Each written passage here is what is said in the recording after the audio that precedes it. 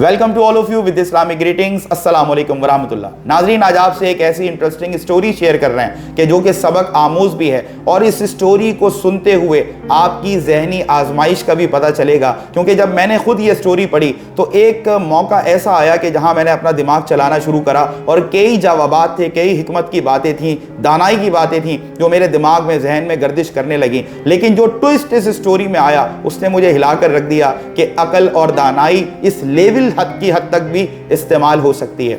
आइए कहानी सुनिए और फिर फैसला करें, और ये चेक करें कि आप खुद भी कितने इंटेलिजेंट हैं और कितने विजडम आपके पास मौजूद है। एक गरीब किसान के पास जमीन का एक छोटा सा टुकड़ा था, लेकिन फसल लगाने के लिए पैसे नहीं थे। गांव के जमींदार से उसने रकम लोन के तौर पर, कर्ज के तौर पर वसूल की और अपनी जमीन पर बीज बोए, हल चलाए और फसल तैयार करने में पूरी मेहनत करी। अभी फसल तैयार ही होने वाली थी कि तेज बारिश की वजह से सैलाबी रेला आया और उसकी सारी की सारी फसल तबाह हो गई।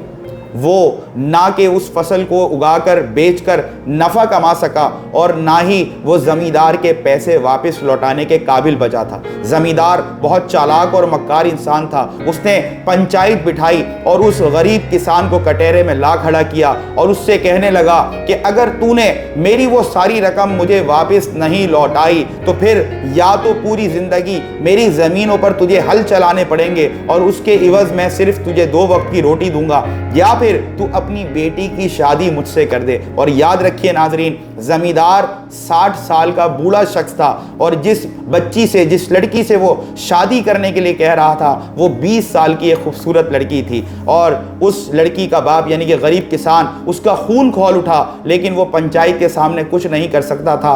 और कैसे करता कि वाकई में उसने भारी रकम लोन के तौर पे, कर्ज के तौर पे जमींदार से ली थी। अब हुआ ये कि जब वो जमींदार ने ये प्रपोजल उसके सामने रखा तो गरीब किसान फौरन उसकी बात को घुमाने के लिए कहने लगा कि मैं पूरी जिंदगी तेरी गुलामी तो कर सकता हूं, तेरे खेतों में हल तो चला सकता हूं, लेकिन मैं अपने जिगर का टुकड़ा तुझे नहीं दे सकता, अपनी बेटी की शादी मैं तुझसे नहीं कर सकता। और बात बनाने के लिए उसने कहा कि वैसे भी शादी तो किस्मत और नसीब का खेल है, ये तो जोड़े तो आसमान पर बनते हैं। अभी उस गरीब किसान के ये बात कहने की ही देर थी कि उस जमींदार ने चालाकी और मक्कारी से उसकी बात को पकड़ा और कहने लगा तो फिर किस्मत पे ही ये फैसला छोड़ देते हैं, तू अपनी बेटी को ले आ, मैं उसके हाथ में एक थैला दूंगा जिसमें 2 मुख्तलिफ रंग के पत्थर होंगे, एक काला और दूसरा सफेद। अगर तेरी बेटी सफेद पत्थर निकालने में कामयाब हो गई तो मैं तेरा सारा का सारा कर्ज भी माफ कर दूंगा और तेरी बेटी को मुझसे शादी भी नहीं करनी पड़ेगी।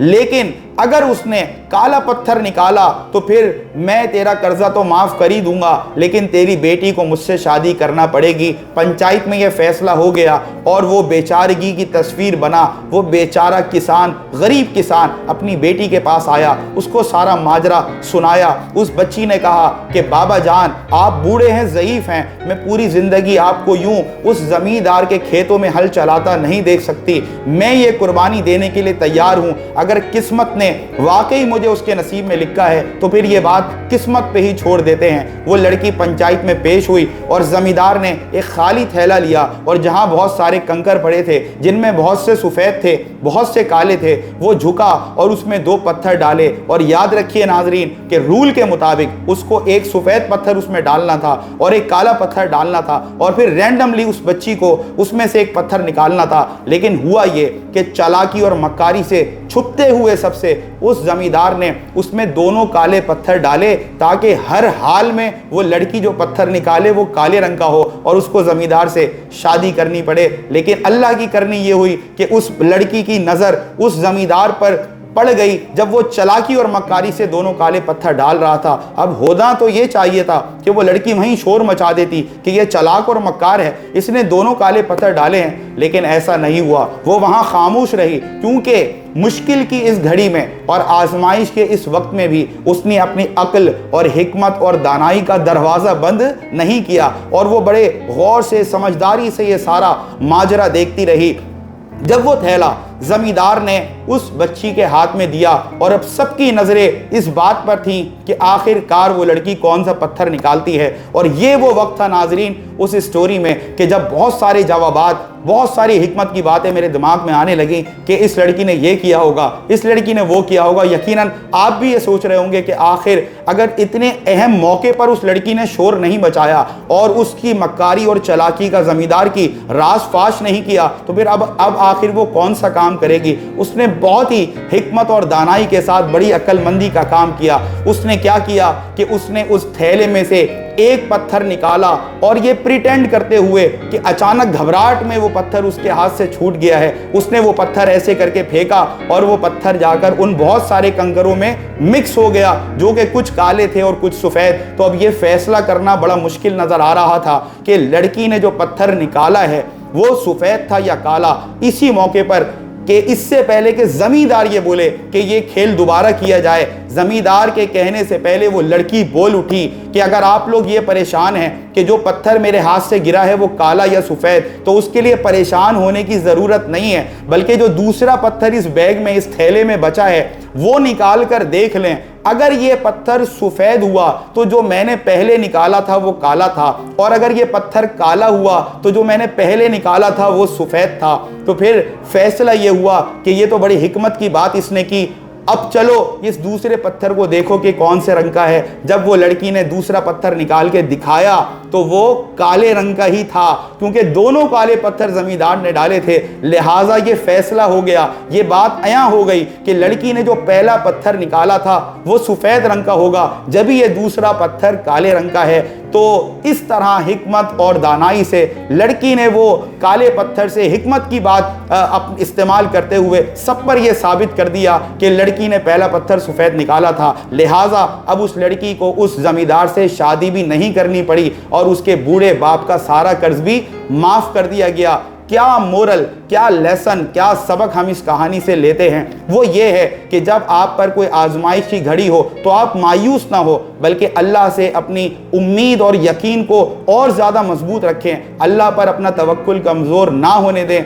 अगर आप सही हैं, अगर आपके दिल में खुलूस है, अगर आपके दिल में अल्लाह के लिए तवक्कुल है तो वो रास्ता ज़रूर निकालेगा। और दूसरा ये, आजमाइश और मुसीबत की घड़ी में कभी भी अपनी हिकमत और दानाई का दामन हाथ से ना छोड़ें, बल्कि अपने होश को आप बिल्कुल अपने अटेंटिव रहें। अपने आप जितनी भी हिकमत और दानाई आपने अपने एक्सपीरियंस से हासिल की है, आप मुश्किल की किसी घड़ी में मायूसी की वजह से उसको ज़ाया ना करें। यकीनन कोई ना कोई रास्ता हिकमत और दानाई से निकल आता है। और ऐसा ही उस लड़की ने किया कि उसकी चालाकी और मक्कारी का जवाब शोर करके देने के बजाय, जबकि वो देख चुकी थी कि वो क्या मक्कारी और चालाकी कर रहा है, उसने पूरे ज़र्फ के साथ, हिकमत और दानाई के साथ उस जमींदार की चालाकी का जवाब दिया। इसीलिए एक दाना ने क्या खूबसूरत बात की है, जो कि दूसरा लेसन, दूसरा सबक इस स्टोरी का है कि अगर कोई तुम्हारे साथ नेकी करे तो उसकी नेकी का जवाब नेकी से देना, लेकिन अगर तुम्हारे साथ कोई बुराई करे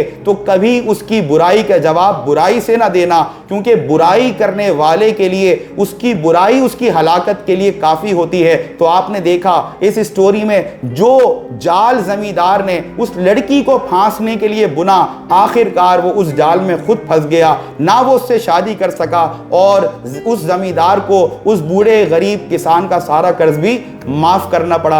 उम्मीद है ये स्टोरी आपको समझ आई होगी, पसंद आई होगी और इससे जो मोरल मिलता है उसको भी आपने अंडरस्टैंड किया होगा। अगर आपको ये स्टोरी पसंद आई है तो आप कमेंट भी करें, लाइक भी करें और प्लीज़ हमारे चैनल को सब्सक्राइब भी करें। अपना बहुत ख्याल रखिएगा। उम्मीद है कि आप सब अपना बहुत ख्याल रखेंगे। सुमैर अहमद को दीजिए इजाज़त। अस्सलामु अलैकुम व रहमतुल्लाह। Keep watching The Motivator and be motivated.